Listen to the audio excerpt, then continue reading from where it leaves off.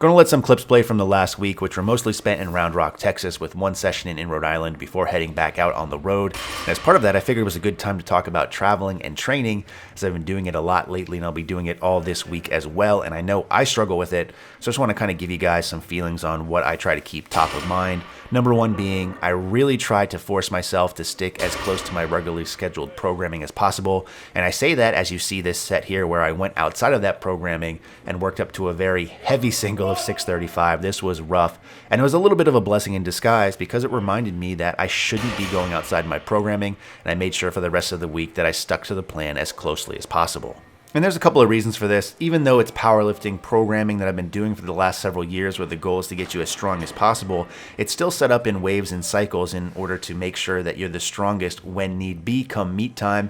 And going outside, that can be very detrimental, especially if you're a mental lifter like me, because things aren't moving as fast or as easy as you think they should. And it could really throw a wrench in my programming, which for the most part has been going very, very well. And I was, again, lucky enough that the rest of the week went surprisingly well. Everything felt really light. Everything moved really well. I thought my squats have just been in the zone lately. But again, when you're traveling, you also have to take into consideration that your strength levels aren't going to be where they usually are. There's a lot of different factors to take into consideration. Things like the fact that you're probably not going to be training at the same time you normally do. You're probably very fatigued from traveling, depending on how far you've been. Maybe you've been in an airplane for a while, a car in a while. You're probably staying at a hotel which doesn't have the most comfortable bed, or you just have trouble sleeping at because maybe there's a time difference. There's a lot of things to consider. For me personally, when I travel, it's for work, which usually means that when I'm someplace, I'm in the office for an extended amount of time. There's also usual social engagements that go along with that. So I can't have the perfect schedule that I maybe am just accustomed to having at home. There's other things that come into play also, things like you haven't probably been eating as much or the same types of food. When I travel, I eat out a lot, and even though I don't make the best food choices, I find that because my schedule is so packed in, I'm not able to eat that often, and even though my food choices are bad, I end up typically losing weight because I'm more active and not eating as frequently as I normally do at home.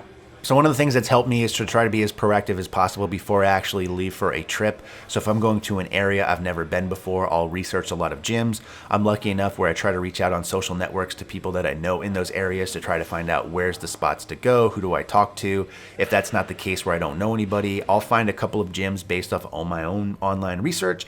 I'll reach out to the managers, the owners, send them emails, call them on the phone, just talk to them to make sure what their hours are, where they're located in regards to my hotel or my office, and just see if they cater towards powerlifting style programming. So do they allow people to do squat, bench, and deadlift rather than wait till the last minute to do that and really worry about finding the best gym?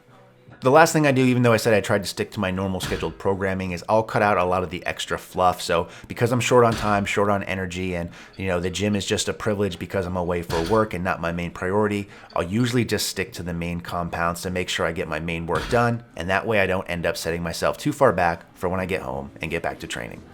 The last thing I'll add in is the fact that even though you might not be able to live up to your own expectations or train how you normally would, the fact is you've more than likely been training for a long time, so even a couple of days here and there that aren't ideal as far as training goes isn't going to make that much difference in the long run. As always, thanks for watching. In the meantime, stay big.